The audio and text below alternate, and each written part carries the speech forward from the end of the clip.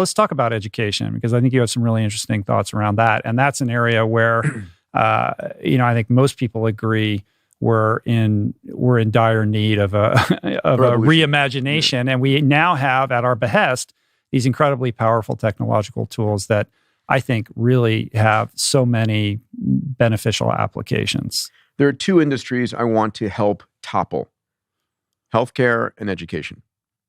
Both of them are just in extremis. Both of them are doing us a disservice, and both can be reinvented. AI is going to be at the core of both.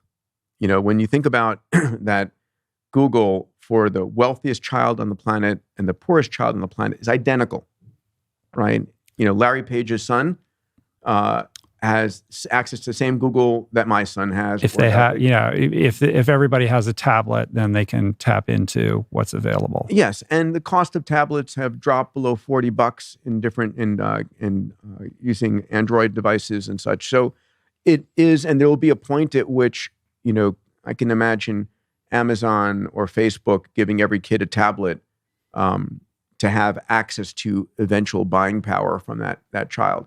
So we're getting to global bandwidth connectivity, and devices are eventually demonetizing to zero. The overall structure of education being what it is right now, which is really a legacy of the outset of the Industrial Revolution, yes. And we really have not iterated upon that in any meaningful way since. Agreed. What I was saying was Google is the same. It's complete democratization and demonetization. And I think we're going to reach a point, I'm sure we're going to reach a point where the best healthcare is going to be AI enabled, which will be accessible to the poorest and the wealthiest. And it will be, the same education will be AI enabled, where an AI knows your child's favorite sports star, movie star. Are they a auditory learner or a visual learner? And be able to create a personalized level of education for that individual. Now, we're going to need to differentiate between cognitive learning and social learning, right? But where we're going with Web3 and the ability for AI to deliver, I have two 10-and-a-half-year-old boys, and they love Roblox, right? It's like their religion. Mm-hmm. And they would play Roblox almost all the time if given permission. And it's sad that education isn't like that. Why don't we have educational games, right? And when you're in school, you start with a score of 100%, and every time you get something wrong, your score goes down. In the gaming world, you start with 0, and every time you get something right, your score goes up. Mm-hmm. Why doesn't that exist? Why can't we connect to the game mechanics of the human brain to do that? And I think we can. Well, it's also architectured around rote memorization of facts and testing, yes, which is ludicrous. Yes. It's as you said, it's all supporting the creation of workers from the Industrial Revolution. And that's what we needed. We needed people who followed instructions. The bell would ring in the classroom. You're on your production line. You go to the next place to stuff your brain with something. And I think we need to reinvent. For me, it's reinventing education around passion-driven. It's like, what is your passion and your purpose? I love the Mark Twain quote. There are two important days in your life: the day that you're born and the day that you find out why. Right? So helping kids first find out why, and then how to structure an argument, how to provide a compelling point of view, and how to lead, how to have grit, right? Perseverance, grit, curiosity, fundamental, asking great questions. All of these things, I think, you look at a young person, and when they're self-directed, enthusiastic, curious, and already have a sense of, what lights them up, like that kid's going to be fine. Yes, exactly.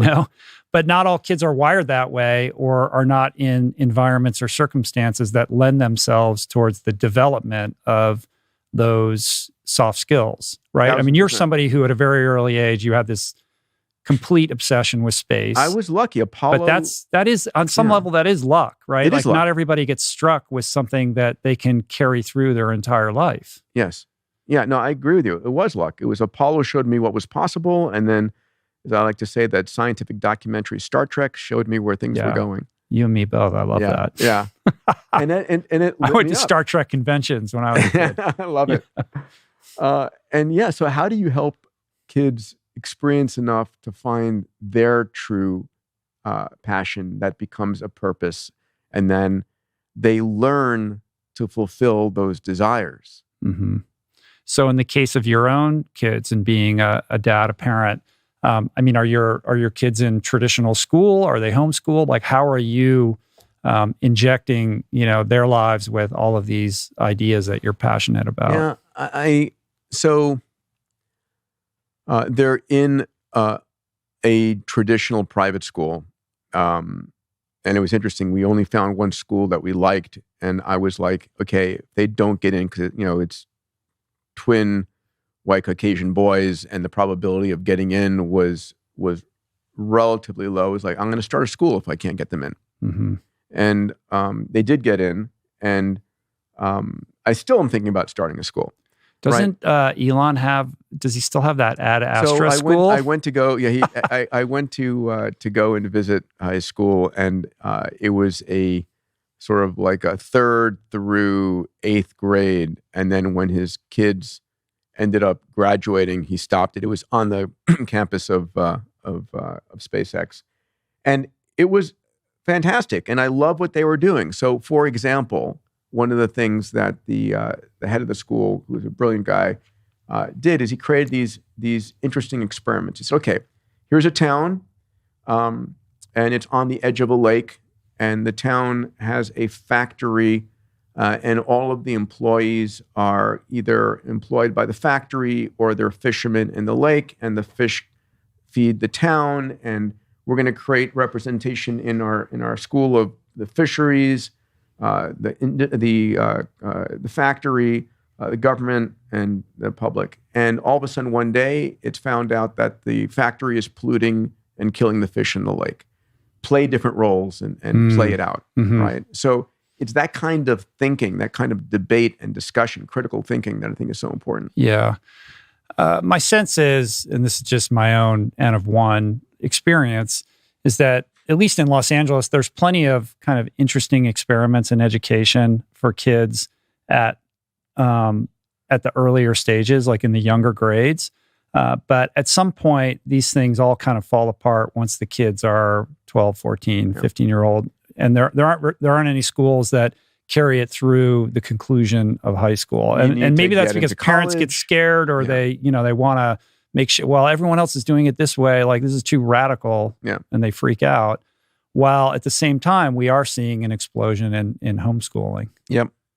I agreed. And COVID reason, definitely was an interesting situation. Well, I mean, everybody on Zoom is a disaster. Total disaster, right? One of the big questions then is college going to be a thing in a decade? Mm-hmm. I think I grew up a lot in college socially, right? Had my sufficient amount of being picked on and such, and I learned how to defend myself mentally, and got onto my own when you're outside. And so that's really important, that those years of 18 to 24, thereabouts. But I think beyond that, the freedom to go and learn, but I don't use anything I learned in college. Do you? Right. No. Yeah, no. I mean, we grew up in a time where if you wanted to be successful in the world, you had to go to college and possibly grad school. I don't think that is the case today. Certainly, for the reasons you stated, I think it's a wonderful experience to have, but it's not necessarily for everybody now, and nor should it be.